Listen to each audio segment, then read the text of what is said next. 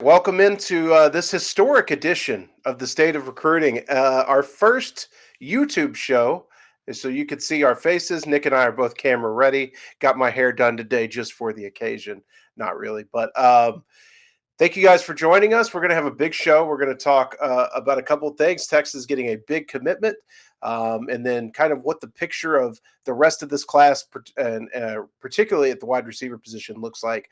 But before we get into all that, Nick, how's it going, and how do you feel to be live on camera here? It's going good. I did not get my hair done, as you can see, but I'm just naturally pretty. Maybe that's it. Yeah, it's your history is as an on-camera guy.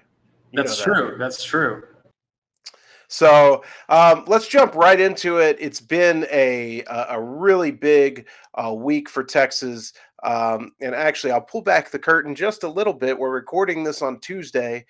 The show is dropping on Friday, but on Wednesday, Texas getting a commit from Brennan Thompson, the four-star from Spearman, Texas. Nick, I wrote in Mike at Night today as we're recording this that nobody has burned up the road from DFW to Spearman more than you in the last, I guess, year or so.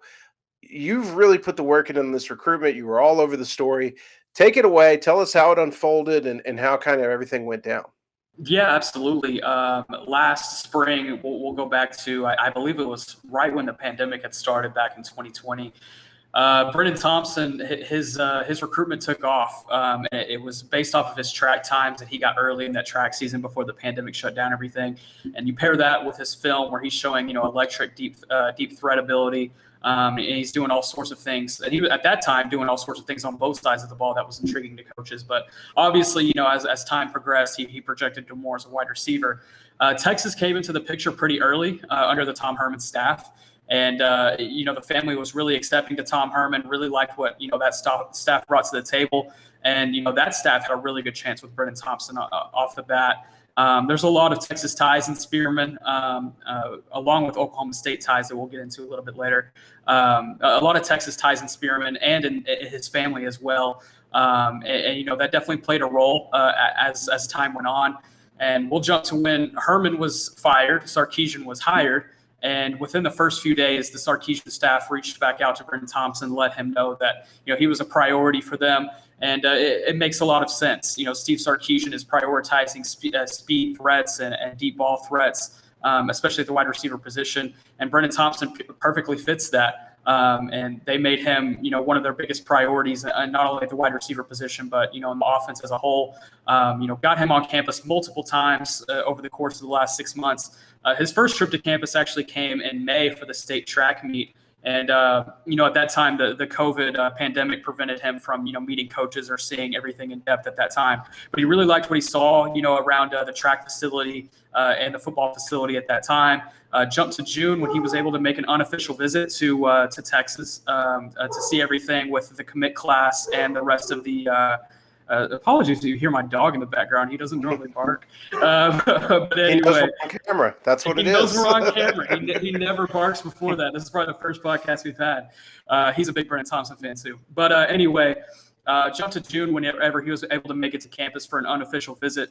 And he was able to meet a lot of the commit class and build relationships with those guys like Malik Murphy, Brian Allen, and later in the process, Derek Brown was somebody that was, really he was really important in helping secure Thompson towards Texas as far as from the commit class.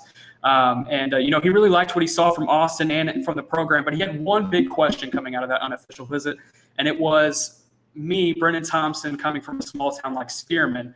Would I be able to transition to a big city like Austin effectively? And, that was a big question that they had after they released their top three of Texas, Oklahoma State, and Texas A&M. Oklahoma State and Texas A&M obviously were able to provide, those small town-like atmospheres, and Texas wasn't really able to. But that was until he got on his official visit a couple of weeks ago, actually, in mid-September for the Rice game. And at halftime of the Rice game, Texas set up a meeting with former All-American Jordan Shipley, who came from a small town himself. And he was able to relate to Thompson and show him, what things he can do on the weekends aside from, Thompson is not your normal kid. He's not going to be playing video games, watching Netflix, or even watching football on the weekends. He's going out and shooting cans and hunting or fishing. And, Jordan Shipley was really able to relate to that and, show him some experiences that he had while he was in Austin, along with Colt McCoy and some others. The family really hit home for them, and they left that official visit with 0 questions. And obviously that was proven with his commitment this week, so much so that he didn't even take his last visit to Texas A&M this weekend for the Alabama game. So, this is a big add for Texas and Steve Sarkisian. It's their highest rated commit at this point in time. And I think he's going to be a big part of recruiting moving forward. I think he's going to be very vocal in getting some more guys in the class, but we'll see as time goes on. It's funny, Nick, if you go back in your timeline, remember when Texas had pivoted after Quinn Ewers decommitted and it looked like they were kind of all in on Cade Klubnik. There was a lot of chatter behind the scenes that Cade and Brennan were talking about maybe hooking up in Austin at one point. So I think that's kind of where the Clemson buzz came from a little bit, as those two had forged a friendship. But for Texas to get this done, I think that they've hung around in this recruitment when there were times that I thought maybe they would fall out of it, and they closed really strong. I think that this is when you look at the way they came down the stretch on it, I think that everything worked out perfectly for them. And to add to it, and I'll throw it back to you here in a second, because you're the only guy that's seen him play live, I think, again, in any market. So you can speak to this. But when you see him on film, obviously he's a small school guy. He is just killing the competition with elite speed. But that speed is elite on any level. And so I think for him, there is going to be a bit of an adjustment to the college level just when it comes to competition and speed of the game. But when you can run the way that kid runs, you can find your way onto the field quickly. And, those kids are the ones that you just get them the ball and let them make plays in space. Yeah, absolutely. And I don't think he'll have any issues doing that once he gets acclimated with the offense and everything. I will say he's not going to be an early enrollee. He wants to participate in his senior track season, which he should. He has, the potential to break a lot of records next spring, especially being fully healthy now that he has all of his lower ankle issues figured out. And, he's on the road to recovery there, which, quick side note, he won't be playing the rest of his senior season, most likely, unless he gets cleared at some point while Spearman is still in the playoffs. But he will be 100% for his track season and will be 100% for when he enrolls next summer. So we'll see how long it takes for him to, get acclimated to a college system and a college offense, especially, a very in-depth one like the Steve Sarkisian offense. But, he's a really smart kid, comes from a really smart family with, really great background. I think it won't take him long to pick it up at all. And I think he could definitely get on the field next year. As far as starting next year, I'm not sure, but he'll definitely get some opportunities early in his playing career. And then I think, second, third year, we'll really start to see the full potential of Brennan Thompson, what he can bring to the offense. But like you said, that speed, it works at all levels. And, I think it'll definitely work at the college level too. Yep. So adding him, I think you've seen what Xavier Worthy's been able to do getting into this offense early this year and adding that speed dynamic. And, Texas isn't done. They want to add more at the receiver position. And so, what does it look like now going forward? I think that the number is 3 or 4, and that kind of depends on who the fourth guy would be. So Texas has 2 with Armani Winfield and Brennan Thompson now included. And so, obviously, all eyes are on Evan Stewart, the 5-star receiver from Frisco Liberty, another absolute speed demon, a freak, probably a bit more polished as a wide receiver, but another guy that could be an instant contributor for Texas. I think that's the goal, right, is to land Evan Stewart. Outside of him, Kevin Coleman's in the picture. Jordan Hudson is in and out of the picture depending on the week.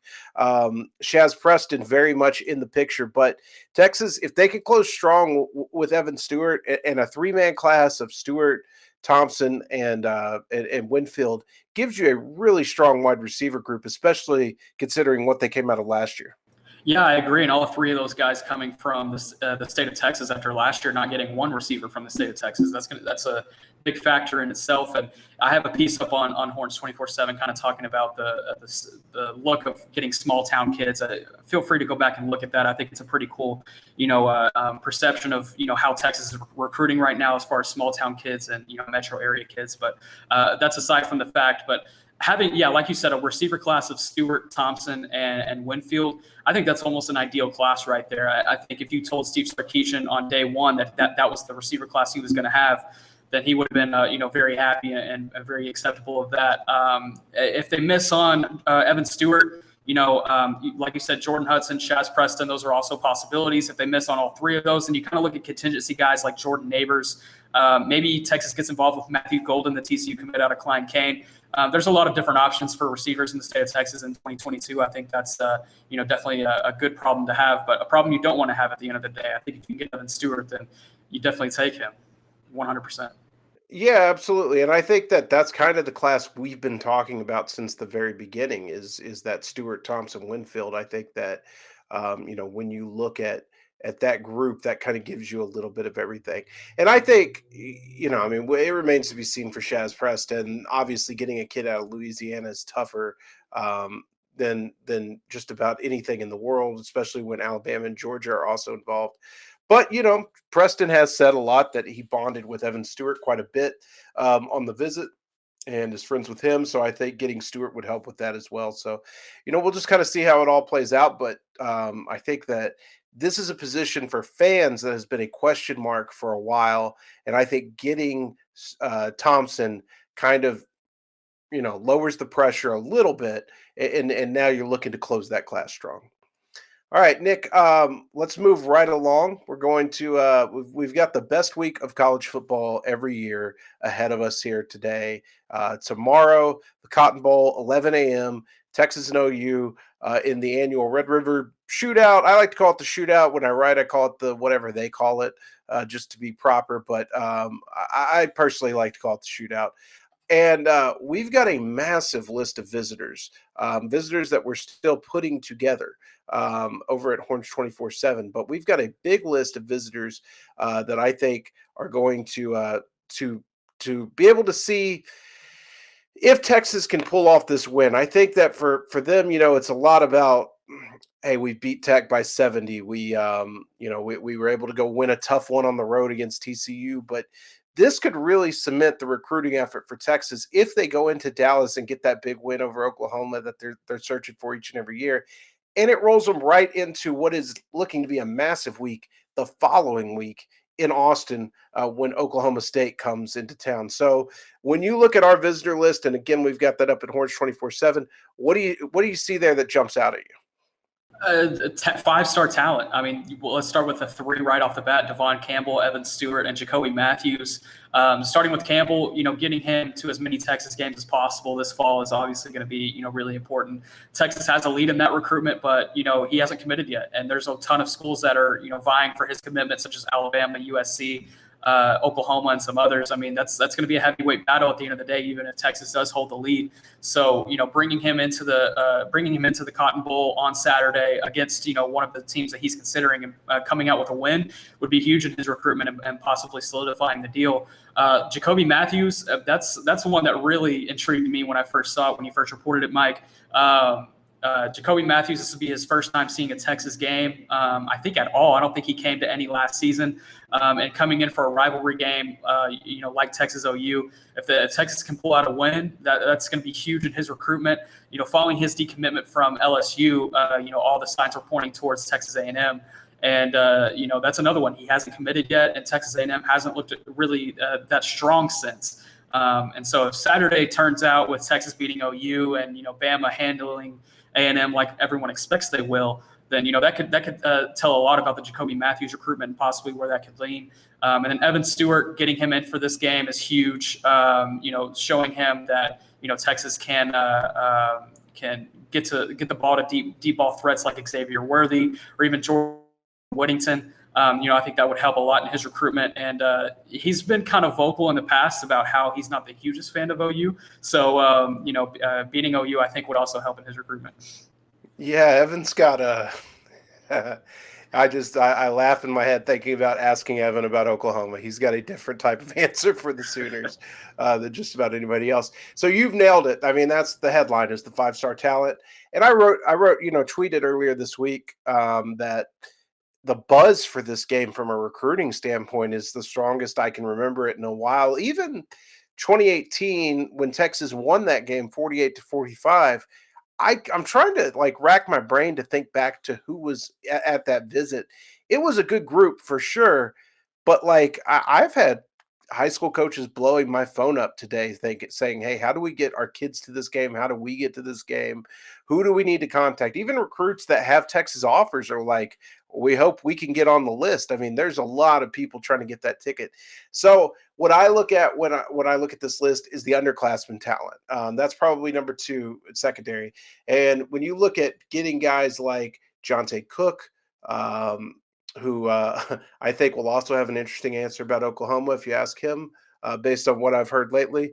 Javian Taviano, the top corner out of Arlington Martin, that's big for Texas because Taviano, a lot of buzz with Taviano leaning towards Oklahoma at this point. If Texas could go out there and put on a big performance, maybe you sway that and kind of push that back towards Texas where it was at the beginning.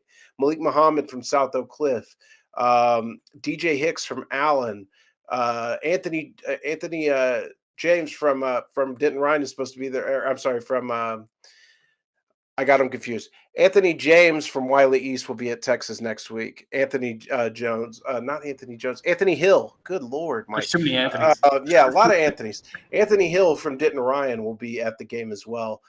So yeah, I think that when you look at this list and remember, again, pull back the curtain. We're doing this on Tuesday, even though it's coming out Friday.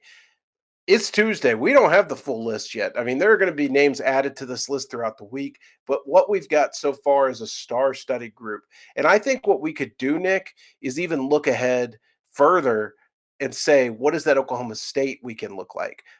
Especially if they win this game, because that Oklahoma State weekend, a lot of these guys are coming back. They've told me, we're going to the OU game, and then we're going to come down for the Oklahoma State game. That's kind of been the mantra.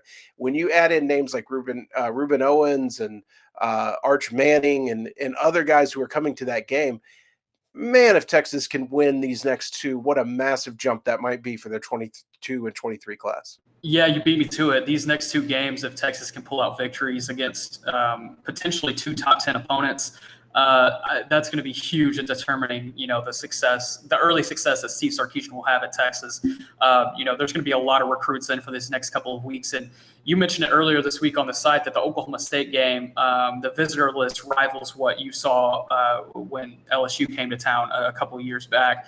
So that's a big time list, big time deal, especially with guys like Arch Manning and Ruben Owens coming to town. If you can pull off two W's, man, it might get fun from here on out.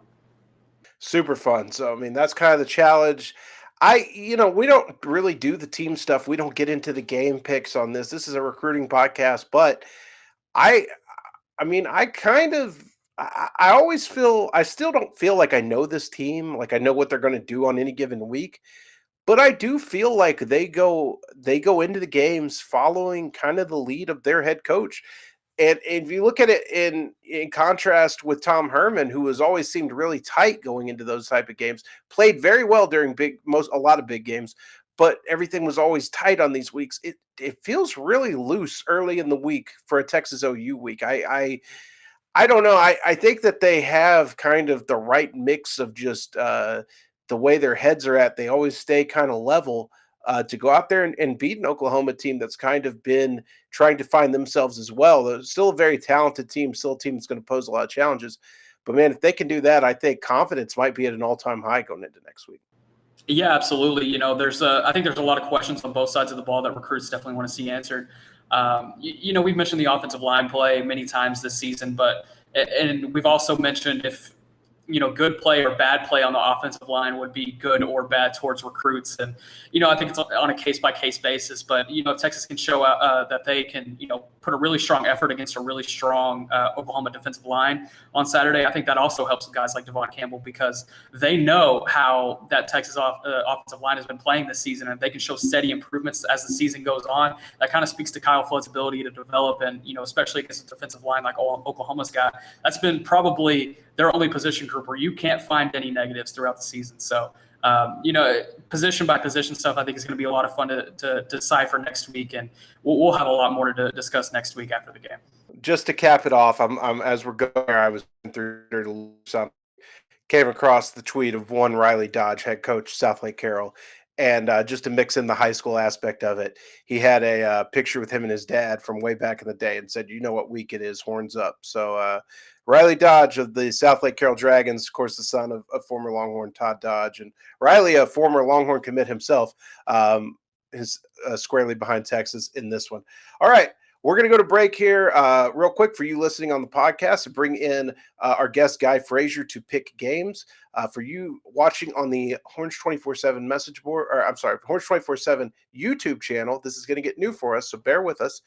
For you guys watching there, just hang with us. We're going to bring Guy on and jump right into our high school picks. And welcome to the future. Welcome to the video podcast, Guy. You are now on YouTube. You took a lot of care to pick your hat out. I saw there were tweets, and our friends over at Last Stand Hats certainly weighed in, and looks like they won out with your pick there. So welcome to the show. Welcome to YouTube. Yeah, appreciate it. Yeah, the poll actually had the white Texas script tab, but I thought, well, when Last Stand backs you like that, you got to roll with the home team. So I decided to go with the all grass, no breaks hat, and hopefully we see that on Saturday this week. Now, is that the hat that you bought outside of the Louisiana game when we were walking down San Jacinto? Yeah, so Nick and I went for a little scooter ride pre-La game, and little Last Stand booth was sitting right there, and I thought, man, that's a sharp-looking lid. And then I found out today was actually a game day only hat that they sold there outside the stadium, so I guess I picked a good one.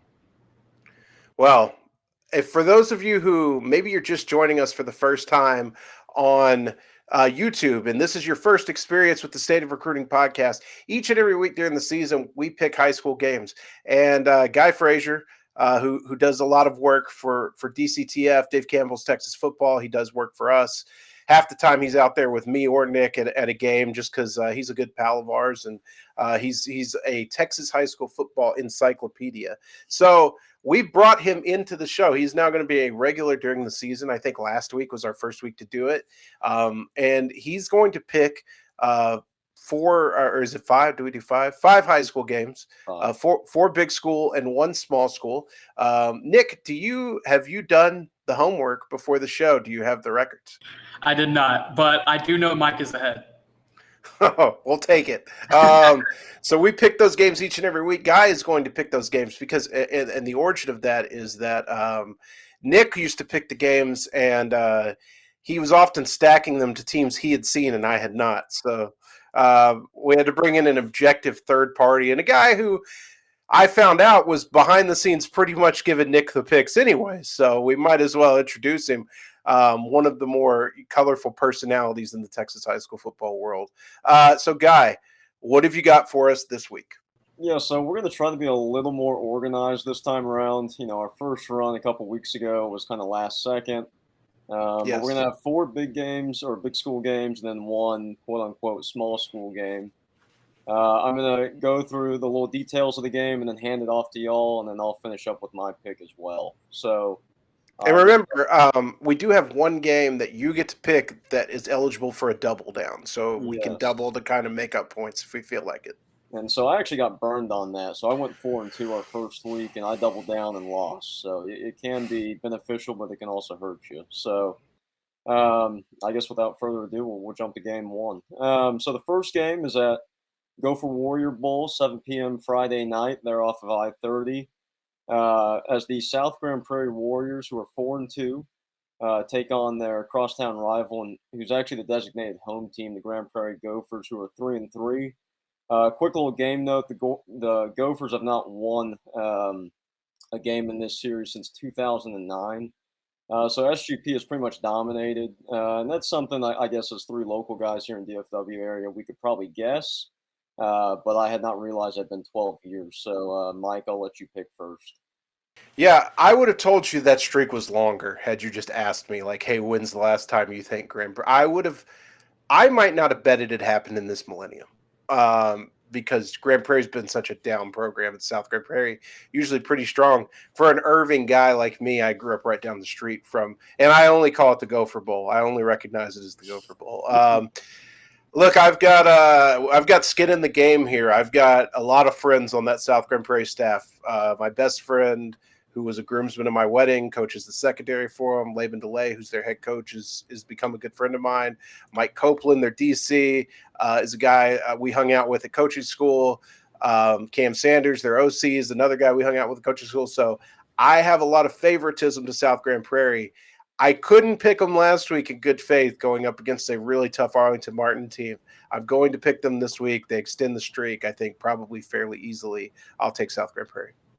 Yeah, I'm with you, Mike. Grand Prairie does have Savion Red, who is kind of like a do-it-all, what can you do this week type guy for Grand Prairie. He's going to be taking his talents to SMU next year, and, I really like what he brings to the table. But I think South Grand Prairie has a lot more to bring to the table, and I think they extend the streak as well. I'm taking SGP. Okay, and then I'll wrap it up here. I partly served this one up for Mike just because he had spoke so highly of Dwight Nunu and Darius Carmouche earlier in the year, prior to the season. But then I also came across a kid a couple weeks ago from Grand Prairie, and Adrian Wilson, who's a 2023 DB. Our good friend Zach Collins spoke highly of him when his Mesquite Skeeters took them on a couple weeks ago. It's a rangy DB that was covering a lot of ground and was a sure tackler according to his eyes. So, GP's building something. With that said, I still think SGP has the streak here, and you never go against a streak like that. So I'm going to roll with the Warriors as well. Moving on to game number 2. This is a Nick Harris County game so much it hurts. We got the number 6 team in 6A with Humble Atascocita, who's 5-1, taking on the Humble Summer Creek Bulldogs, who are 4-1. Game 7 p.m. Friday at Turner Stadium there in Humble. Quick game, though. They are 6-point favorites. Atascocita is. It's a little bit of another prove-it game for Summer Creek. They had one last week against CE King, and they fell quite short, 35-10. So another opportunity for Summer Creek. I'll serve it up to you, Mike. What do you think? Yeah, I think that those are two very different records, right? Like Atascocita, their loss is to Geyer, who may be the best team in the state at their level. And Summer Creek, while a strong record, doesn't have that type of resume. I've seen Atascocita this year. They're dangerous, not only on the offensive line. They've got playmakers. The quarterback, Gavin Session, is a really good player. Chase Soul has kind of been a breakout guy at wide receiver. And they've got a really nasty defense. Summer Creek, I saw them in the spring. Got some guys, obviously Kelvin Banks, the 5-star offensive tackle. I just don't think they have the skill talent to hang with the Atascocita. I'll take the Eagles rolling big. Yeah, if you're a fan of offensive line play, this is your game. You better be at this one at Turner Stadium on Friday night with Kelvin Banks, the 5-star Oregon commit, and Cam Dewberry, the massive 4-star offensive tackle who has Texas in his final grouping and will most likely be taking an official visit here in the fall. That's definitely going to be one we're going to be keeping an eye on. I'm going to roll with Atascocita. If this was Summer Creek and maybe another team in that district, I might lean towards picking the Bulldogs. I think they matched up a little bit better against maybe North Shore or Westbrook. But I'm going to have to take Atascocita. They've just been too strong against really good opponents throughout the year. I think they're more battle tested as well. So I'm going with the Eagles as well. Fair enough. So I'm eventually going to say the same thing. I think Summer Creek has beat the teams they should beat, but in these prove-it games, I'm not sure how that's really going to go over the course of the season. One thing that's kind of a common thing with Houston area schools and districts this year is there's not much of a balance between the top and the bottom of the districts. So I think Summer Creek probably falls somewhere in the middle of the pack for that district down in Houston, whereas Atascocita is firmly at the top with North Shore and CE King. So I think there is a little bit of a gap despite the record, so I'm going to roll with Atascocita as well and go with the Eagles. All right, moving on to game number 3. This is a little bit of a home game for myself. Usually don't want to pick games like this, but it was too good of a one to pass up. So we're going to go to 7:30 p.m. Friday night at Highlander Stadium, just right down the street from the Fraser residence, as the number 4 Longview Lobos, who are 5-1, travel to take on the number 3 team in the state, the Highland Park Scots, who are 4-1. Quick little game, though. Highland Park is 113-2 at Highlander since 1998. That's a big streak to go against, but I think the Lobos are one of the more, talented teams to come in and try to break that up. Mike, I'll give it up to you as you rub your hands a little bit. I'm going to get my Lee Corso on here. All right. I look at this game and I have to put it in my head that I can't pick this game purely to mess with Guy, which I'd like to do. For those who don't know, Guy is a Highland Park grad and a big supporter of the Scotties. Longview, I bet on them once this year at a pick 'em, and it was against Ryan to start the year. They didn't come close. I think this could be redemption week for Longview, who's they tend to play a little harder as the season goes along. They're like an old Oldsmobile, you kind of got to get them started, but once they get going, they're running. You know what I mean? They come into Highlander very physical, can run the ball. I think that if you look at Highland Park as what they've had to previous years, it's going to be tough for them to figure out a way to win. But, Guy, what do Scots do? They find a way, baby. Scots find a way. Give me the Highland Park Scotties to take this one at home. Lobos by 50. No, I'm playing. Highland Park, they've been really strong throughout the year, even though they've dropped a game so far, and they've looked a little suspect in other games. But they're kind of like Longview in the same sense that as the season goes on, they continuously get better. That's the Randy Allen method, and Randy Allen and John King are going to have both of these teams ready to play on Friday night. I think it's going to be a close game. I think it might be closer than some expect. But I also do have Highland Park pulling this one out. I think the Highland Park defensive line will be the difference in this game. Denton Ryan's defensive line gave Longview a lot of issues in that opening game, and Highland Park has some really nasty dogs on that defensive line, led by Jack Curtis and some others. So I think the Scots win behind their defensive line. Fair enough. I like those picks. I agree with them. This will be the third time I've seen Longview this year, actually the second time in a matter of 2 or 3 weeks. One thing I've picked up on with Longview is they need to clean up a couple things. Penalties and turning the ball over seem to be a little bit of a common tendency with them this year. I think they have 15 sophomores on varsity this season, which I heard earlier today is the most that John King has ever had on a squad in his entire coaching career, no matter where he's been, not just Longview. So it's a really talented group. They're just young. HP has some of the similar issues with age, but they're starting to find their stride, and they've got enough, I think, maturity with guys like Jack Curtis and George Wright on defense, and Johnny Rutledge on offense to really kind of even that out a little bit. I think Brendan Store's going to have to play really strong on Friday against a really good and active Longview defense. But with that said, I do think Highland Park will hold off Longview in the end. I think it will be closer than probably people think at Highlander with the Scotties cause. But either way, that's a big streak to go against. I think it's a little bit too much for Longview, so I'm going to go with the Scots as well. Our last big school game is actually, I think, one that Nick might be at, if I'm not mistaken, which is Little Elm, who's 5-1, taking on Allen, who's 4-1.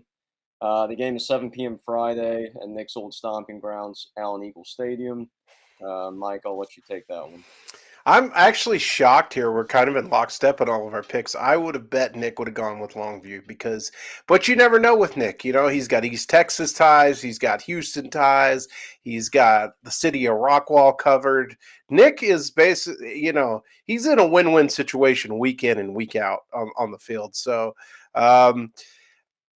this is actually, any other year looking at this game, I think it's easy to just be like, it's Allen, right?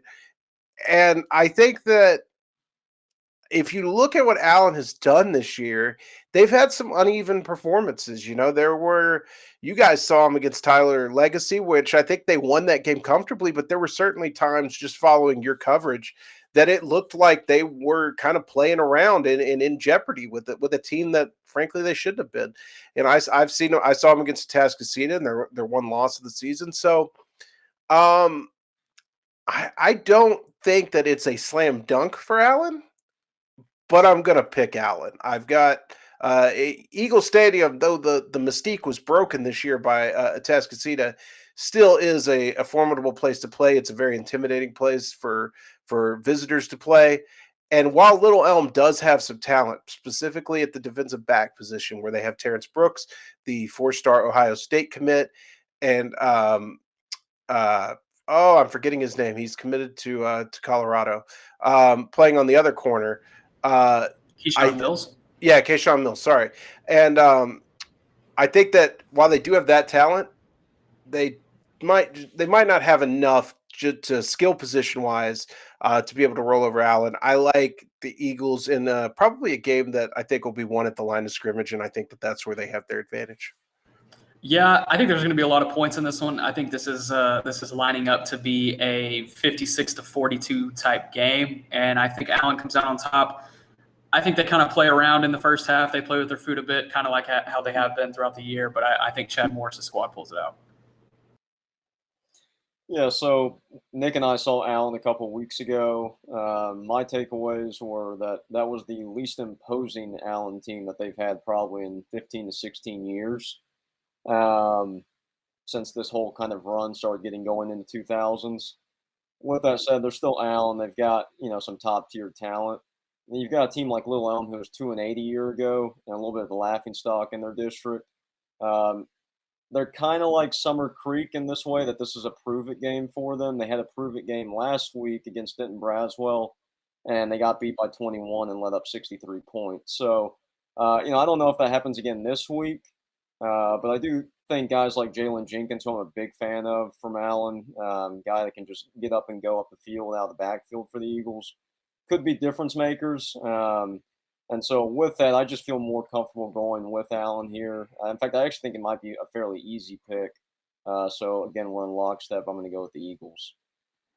Which then moves us to our quote-unquote small game of the week. I think it's a pretty fun one and one that I know Nick and I would be pretty excited about.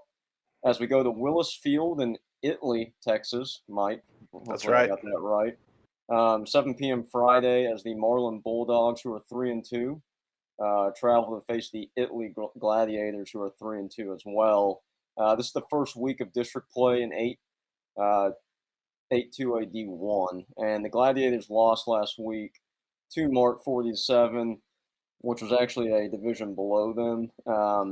But anyway, Italy's the home team here, and they were a playoff team a year ago that went 10-2. So with those notes in mind, I'll let y'all take over. Guy, which one? Before we get to this one, which is our double down game? So are we all going to be on the same page with that one, or? Well, I think you just pick a game to double on, and you could choose if you double or not. Okay. Let's go with the Highland Park game. I feel like that's the most gridlock game where there could be some drama. So let's yeah. go with that one. I think I will choose not, as the guy in the lead, will choose not to double down. I definitely will. You will double. I will, for sure. Nick's playing the numbers. He's playing the numbers. It's all good. I mean, I've got to catch up, but last time I doubled down, it burned me. I'm Go ahead. Well, I believe in my Scots, so I'm going to double down. Why not? Scots find a way. They'll find a way for you to get 2 points out of that. All right, back to Marlin, Italy. This was actually, I know that you chided me because I am Big School Mike a lot of the time. I am a big school bully. But this was actually a game, believe it or not, that was, until a couple of weeks ago, on my schedule to go to. Marlin, of course, home to Jere Bledsoe, the Texas commit, who is not playing this year, but also Darian Gullit, who to Texas is after in the 2023 class. Italy, not that far from me down here in the southwest part of the Metroplex. Not a bad trip over there to the Coliseum to see the Gladiators, where I've been many times. I've seen history made there by the Maypearl Panthers as well. So as much as I love the Italy Gladiators and one of my favorite small school teams, I think Marlin's just got the talent. I will take Marlin, the Bulldogs, in a victory. I love Marlin. Their staff has been great to me. New head coach Ruben Torres is doing great things there, and their recruiting coordinator Charles Hitchens has always been fantastic to me, and allowing me to come out whenever I want and see their guys. And when the Jere Bledsoe commitment went down, that staff was very helpful in me getting what I needed and making sure all of our readers got what they needed. And they have a lot of talent on both sides of the ball. We could talk about Darian Gullit. He's that guy on both sides of the ball, playing at receiver and as an edge linebacker type guy. He set a school record for receiving yards in a game earlier this season with, I believe it was in the 283 range. I mean, he's been going off as a receiver too. But Mike, guess what? I just finished The Sopranos last week. And I saw the Sopranos movie. So, big Italian vibes for me right now. I have not watched yet, so. Oh, it's fantastic. Any Sopranos fans out there, get out and watch that movie. And we'll have to get into that next week. But, I'm really feeling the gabagool right now. So we're going with Italy. Give it to me. The gabagool. I'm not really sure what to think of this game. Marlon's probably got the more top end talent, as Mike said, but Italy might actually be the better high school football team. I was originally going to keep that 10-2 note from last year to myself, but I decided to throw that out there to see what y'all would think of that ahead of time in the little game note. Because I think Italy as a program is a little further along than Marlin is. Ruben Torres over at Marlin is building something, and I think that's impressive. I think they're kind of a trendy hipster pick, big picture for 2AD1 football this season. But I still do think Italy, I think, returns like 13 of their 22 starters from last year, and the nucleus of that is their productive guys. So I think I'm actually going to roll with Nick here and go with the Gladiators. I think Marlin has the more top end talent. Maybe if Jure Bledsoe was playing right now, I would feel more comfortable with them. But I'm going to go with the team that's got a little bit more, I guess, staying power from last year and go with Italy and match with Nick there, which will actually finish off our 5 picks for the week. All right, before we get you out of here, before we end the show, we always do our weekly coverage preview of where we're going this week and who we saw last week as well. So, Guy, we'll start with you. Who did you get to see last week? I know you were out for one for me, and got us some work done at Garland. So you can talk about that, talk about your Friday night, and where you're planning to be this week.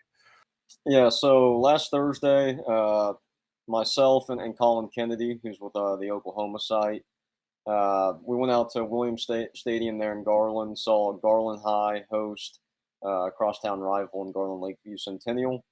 Got to see eyes for the first time on guys like Jordan Hudson, Chase Biddle, Sergio Perez, and Aaron King, another one of our guys. So Garland ended up winning big. Got to speak with Jordan after the game, get some scoop from him, and give that off to you, Mike. So that's always fun talking to guys like that. And Jordan's always been a kid that's treated me well in the past, and obviously a top end talent. And then Friday night last week, went out and saw actually what was one of the bigger games in the state from a high school football standpoint, as Melissa hosted Argyle in a top 10 matchup. And in the end, Melissa shocked the world and upset Argyle and broke all sorts of records that Argyle had rolling for the last 10 to 15 years, and district records and streaks that they had going. So with that, got to see Trevor Goosby, who's an offensive tackle at Melissa, who's actually a family friend of mine. But that's starting to feel hear some attention from some actual Power 5 schools. I know Baylor reached out to him last week, and supposedly A&M has as well. No offers yet, but he's starting to pick up attention. He's a tall, long offensive lineman that only weighs about 245, 250, but if you can add weight onto that frame, he's got really quiet feet and has a chance to have a really high future. He's a 23 kid. They had several other kids as well that I could dive into, but one that I'll highlight real quick and then I'll let y'all take over was Nigel Smith in the 24 class, defensive lineman that absolutely wreaked all sorts of havoc on what is a pretty, actually talented Argyle offensive line. He's pretty raw, but has a good feel for the game early on in his prep career. I think he was actually in College Station last weekend, or might be this weekend, one of the two. But he's a guy to keep an eye on. I know Nick thinks highly of him. I think you do as well, Mike. But he actually had one of the better impressive games I've seen all year. And then quickly, I'll jump to this week. Thursday, I think you and Mike, you and I are going to go to Frisco to watch the Red River Celebrity Softball game and do a little behind-the-scenes stuff for your purposes, and I'll just kind of tag along. And then Friday, Colin Kennedy and I are going to join each other again over at Highlander, right down the street. Top 5 game in the state. Can't pass that up. And I also actually have a little bit of a tradition. If Highland Park plays a home game on Red River weekend, I always go to that game and then wake up Saturday morning and head on over to the Cotton Bowl. So that's a tradition of mine, and it's a good one this year. Can't pass it up. All right, before I move on to Nick, Actually, you know what? Nick, do yours. I'll do mine, and then I'll wrap up with Guy as we wrap up the show. There will be just a note. There was not going to be a mailbag this week. We'll get it back up next week and figure that part out. Just a lot of moving parts with trying to get the show up on YouTube, so no mailbag for this week. But Nick, go ahead with yours. Yeah, absolutely. Last week I made the trip out to California, and there were issues all the way around from even before I flew out. The day before I flew out, I found out that the game that I was going to see got canceled because of COVID. It was going to be between Sarah and Bishop Alemany, Sarah having Malik Murphy and Roderick Pleasant, and then Sarah having Larry Turner Gooden. You know, all three of those guys are guys that Texas is either have committed or they're heavily interested in. And that game was canceled for COVID on Sarah's part. Found that out the day before I flew out. So I arranged a meeting to go out to Bishop Alemany and meet with Larry Turner Gooden, to get content for him. And pulled up to the school, and Larry has hurt his shoulder, and he was not at practice. And so I missed out on that as well. It was quite an expensive Uber ride that I paid to get all the way out there. But there's a lot of trial and error. Everything is not beautiful in our business, even though sometimes it may seem like it. And that was definitely one of the more frustrating things I've dealt with this year. But nevertheless, I was able to get content while I was out in California. On Friday night, I went out to Birmingham High School in Lake Balboa to see a four-star athlete, Arliss Boardingham, who is on Texas's board and somebody that Texas is keeping warm right now and staying engaged with, courtesy of tight ends coach Jeff Banks. But maybe not somebody that they're really going after too heavily right now. I will say that their number one target at the tight end position, Jaleel Skinner, will be making his commitment today as you're listening to this on Friday. And at this point in time on Tuesday, October 5th, we do not expect that to be Texas. If it's not, I'm curious to see if Texas really starts to apply the pressure on Boardingham.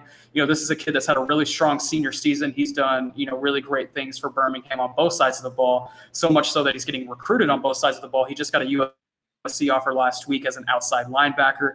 I think that's something that's really intriguing, given kind of Texas's linebacker, picture as well. This is definitely a guy to keep in mind moving forward. I think if Texas really pushes here, that he could end up in the class. And, after talking to him last week, I still feel the same way. And then moving forward to this week on Thursday night, I will be making the trip down to Nick Harris County, as Guy likes to say, to see Willis and the Woodlands. Those are a game between two 2024 quarterbacks that I'm really interested in seeing. Before the season started, I had a couple of games that I was really excited about. A couple of them I wasn't able to make, but this one I will be able to make. Willis has 2024 quarterback DJ Lagway, who has picked up some big early offers, Texas A&M being one of them. He's a big prospect, 6'4", 6'5". Me and Mike both saw him in person when he came to the Texas Junior Day back in June. And I remember Mike turning to me and going, "Who the hell is that kid?" And I said, "That's DJ Lagway. He looks really good." That was the first time either of us had seen him in person. And so, I'm excited to see him in a game setting against 2024 quarterback Mabry Matower, who is also tall in his own right, 6'6", picked up early offers from LSU, Florida, Miami, among others. That's a kid that a lot of people in the state of Texas are high on. I'm very curious to see him in pads for the first time to get my take. I'm really excited to see that game between two of the better sophomore passers that we have here in the state of Texas. And then on Friday, as we mentioned a little bit earlier, Little Elm and Allen, I will be at Allen Eagle Stadium for the first time in a long time to see four-star Ohio State commit Terrence Brooks, who is still in communication with Texas. We'll get more on that after the game, and then also five-star defensive lineman DJ Hicks in the 2023 class. And Nito Umeozulu, I believe he will be back in action this week. He was wrapped up in a sling when we saw him against Legacy. So hopefully he's back in action this week and we get to see him play. All right. I only got to go to one game last week. Guy thankfully covered my ground at Garland on Thursday. Had some personal things. It's been a rough year for your boy. The wife breaking her ankle and just all sorts of things going on. And, I can't say enough. Nick's kind of emergence on our site has allowed me to take a step back a little bit at times and not feel like I need to be all over the place and everywhere and really stressing myself. So I just made the decision to cancel that game and take care of some personal stuff. And so Guy handled it for me on Thursday. I appreciate that. Friday night, a small victory in my battle with Frisco ISD. I did get onto the field for Frisco ISD. I'm not going to tell anybody how I did it. I was on the field for pre and post. to see Cole Hudson. It was supposed to be the Cole Hudson versus Evan Stewart game, but Evan Stewart opted out of the season the week before, so didn't get to see him. Cole Hudson was tremendous. I mean, as nasty of an offensive lineman as you can imagine out there. I had a video reel up on Horns 24/7 that we shot of highlights of the game. He is a guy that if he gets his hands on you, he will put you on your back and then he will follow you down to the ground and lay on top of you until the play is over. There's one play where he gets out. It's like the first highlight I shot of him. He gets out in space and just destroys a linebacker. And like a safety's coming up to fill, and the safety's like 5'7", 5'8". And they blow the whistle just before Cole makes contact. And so Cole holds up, but you can see a little pee dribble out of the safety as he kind of flinches for the hit. So it was fun seeing him, Scott Hudson, his dad, spend time with his mom and his dad both, and their family during the game was a lot of fun. So shout out to me for getting into a Frisco ISD game anyways, and shout out to Cole for always being so cool. This week, no Thursday night game again. As Guy said, he and I are going to the Texas OU alumni softball game. A cool opportunity that was presented to me a couple weeks ago, and so when I told Guy about it, he said he'd be all in for that. So I got us in, and we're gonna go have some fun with the boys. And then Friday, I'm on a plane again. I'm headed out of the state. I'm going to spend this maybe the first Red River weekend I've ever been out of state, but I will be in New Orleans Friday night to see Arch Manning and Isidore Newman. While I'm there, I'm also going to try to see Shaz Preston Friday afternoon. And then Saturday, a big one for you boys, Warren Easton versus Edna Carr Saturday night in New Orleans to see Ronald Lewis, the Texas DB commit. Going to be a big weekend down on the Bayou, so I knew you guys would like that last one. Well, that's a very on-brand game for Guy right there. So, Guy, absolutely. I'll make sure to get some videos of the bands for both of those games. I'm sure. Fifth quarter Guy. I'm sure they're electric. Yeah, fifth quarter Guy in the house. All right, we're going to get out of here in just a second. Before we do, Guy, it's Texas OU week. It is what you call the greatest week of the year. Yes. You go every year. You are a season ticket holder to Texas games. For those who don't know, you go to a lot of away games. You were sitting near the atmosphere in TCU. You were technically in the building, but you were up there. Which, by the way, Guy called and offered me a ticket, and then I saw his seat on Twitter and was like, man. Yeah, that's the last time I'm going to probably order tickets through the school. I'll probably just StubHub it from now on. It actually was a great view, and I was on the very top row, so I got to stand the entire time. But I think, Mike, you probably made the right call and just stayed home and watched it, on TV. So, yeah, it was a lot of fun. So, Guy, I want you to talk to us a little bit about why you love the Red River Shootout so much, but more specifically, what is the Guy Frazier routine when the gates open at Fair Park? Are you a corn dog first thing in the morning guy? Like, I don't think you're a very healthy eater, and Guy, I've never seen you in my life drink a drop of alcohol. I don't know if you do or not, but are you a wax cup beer guy? I might be on that day. I don't drink a ton. I drink when a celebratory purpose is there. But yeah, this is my favorite week of the year. I often compare it to Christmas. My birthday's here in a couple weeks, so it's just kind of a cool time. But like you said, Mike, I'm a season ticket holder down in Austin, but I'm a big City of Dallas guy. Family's been here for a long, long time. So the state fair and just everything that kind of goes on with the city during this week and in the second week of October typically is really special to me. And then, yes, I'm a Texas fan, but I've always had a really healthy respect for Oklahoma. So when those two meet in the Cotton Bowl, which I think is a really special venue, I just think it's an awesome day. I don't mind it being 11 o'clock. I think that's what it should be. Every year. Every year. And I think it's just perfect the way it is. As far as my routine, if you saw my tangent on Twitter a couple weeks ago, I was telling people what they should do. I think you got to get there early, get there 8 o'clock, 8:30. I think the gates may be open sometime around then, maybe even a little bit before. But you get there early. You get should they take the DART train? They should not take the DART train. People who take that and ask me if that's the way to do it, I often go, "You must be new here." So I think my mother and a couple other family members did it the first time that was like an option, like in 2006 or 2007 for the game, and that's when the train cars got like bogged down on the tracks because they were so heavy, and it was a mess. My mom was late to the game because of it. Other family members were, so that's just something I steer clear of. As far as when I get there, I am a big corn dog guy.